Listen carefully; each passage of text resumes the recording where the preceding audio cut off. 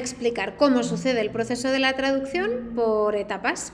Y como os decía en otros vídeos, pues como siempre, hay una iniciación, hay una elongación y hay una terminación. Entonces, en este caso, lo primero, junto con la explicación, vamos a ir viendo también los dibujos del libro, ¿vale? A ver, en este caso, observamos en estos dos dibujos, ¿qué podríamos decir? Pues mirad, ¿esto a qué corresponde? Esto que estoy señalando, ¿qué estructura es esta?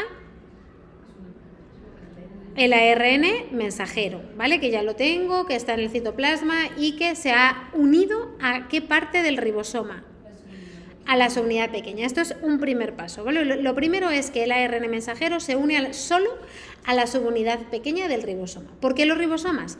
Cuando no están haciendo su función de síntesis de proteínas, tienen sus subunidades separadas.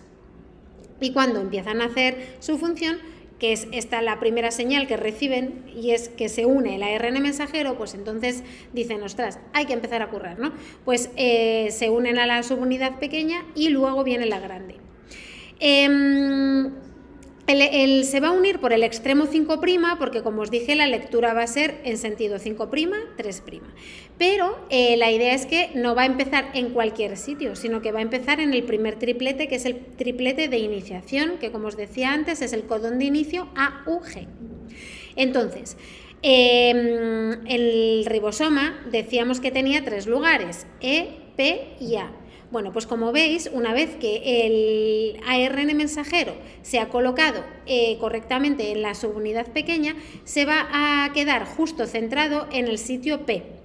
Es decir, el triplete AUG se queda en el sitio P y ahí va a acudir el primer aminoácido ARN transferente unido a la metionina, que es el aminoácido que corresponde con AUG.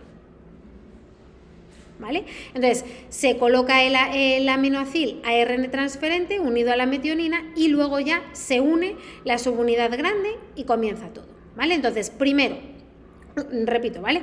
Unión del ARN mensajero a la subunidad pequeña hasta colocarse en el triplete AUG. Cuando se sitúe en el sitio P, ahí queda. Segundo, llega el aminoácido ARN transferente con la metionina. Y tercero, se une la subunidad grande. Y a partir de aquí, que esto es la iniciación de la traducción, pues se empieza a formar la proteína.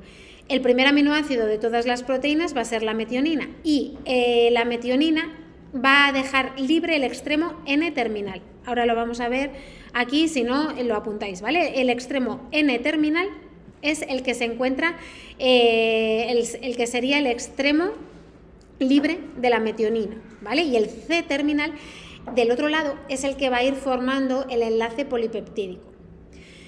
¿Cómo sigue esto? Pues como se ha situado en el sitio P y os dije que el sitio A, que es este de aquí, es el que acoge el nuevo ARN transferente con el nuevo aminoácido, pues eso es lo que veis aquí. Se lee el siguiente triplete, que en este caso es CCG. El ARN transferente lleva el aminoácido correspondiente y se une, ¿vale? ¿Qué va a pasar ahora? Que este ARN transferente anterior que llevaba la metionina ya va a dejar su aminoácido, no puede quedarse el ARN transferente ahí, no pinta nada, lo que pinta es la cadena, solo de aminoácidos. Pues la peptidiltransferasa es la que separa la metionina de este ARN transferente y la une al aminoácido 2. La metionina era el 1, la prolina es el 2, ¿vale? Y cuando esto sucede, veis que aquí hay una flecha.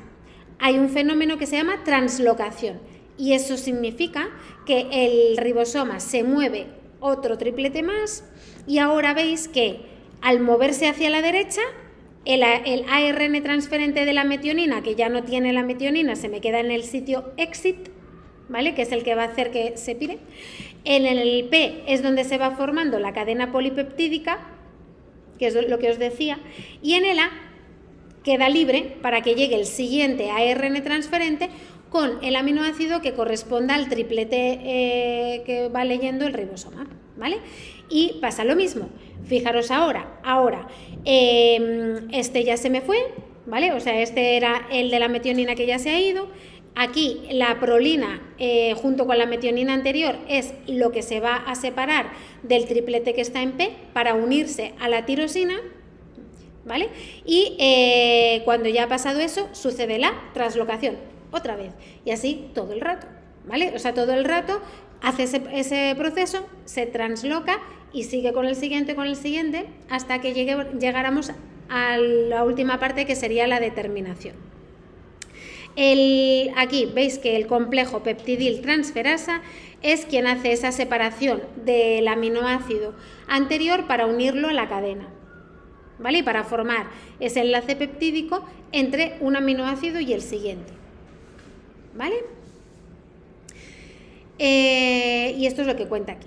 Después de sucesivos ciclos de elongación, pues esto, claro, no es eterno, no, o sea, hay un momento en el que tiene que terminar. A mí esto me flipa también, o sea, esto sucede todo el rato, o sea, en todas nuestras células, es que para que veamos la consciencia de todo el proceso, o sea, esto, que lo cuento aquí y es como largo, ¿sabes? Que dices, madre mía, cuántas cositas, ¿no? Pues lo hacen todas nuestras células de forma automática, leyendo un montón de ARNs mensajeros para sintetizar las millones de proteínas que tenemos, que muchas decíamos, a ver si os acordáis, de cuáles eran el tamaño de las proteínas cuando no se consideraban proteínas, sino que se consideraban péptidos. ¿Hasta cuántos aminoácidos eran? 100, hasta 100 aminoácidos. La insulina, por ejemplo, es péptido, es pequeñita, pero más allá de 100 ya se consideraba proteína. Fijaros, 100. O sea, esto que yo estoy diciendo, 100. O sea, 100 aminoácidos, 100 ciclos de elongación. Y eso hablamos de proteínas pequeñas, ¿vale? Para que veáis lo flipante que es el cuerpo humano. Bueno, el cuerpo humano, porque siempre me voy a lo complejo, pero esto pasa en los animales, en las plantas. Todos necesitan las bacterias necesitan sintetizar sus proteínas y hacer este proceso. Vale, pues después de que esto haya sucedido muchas veces, pues hay que terminar, ¿vale? Bueno, veis aquí la proteína, ¿no? Que se va formando, todo el rato. Y para terminar, pues como siempre, hacen falta señales. Lo mismo que había una señal de iniciación, pues ahora hay señal de terminación. Entonces hay unos codones de terminación que son UAA, UAG o UGA.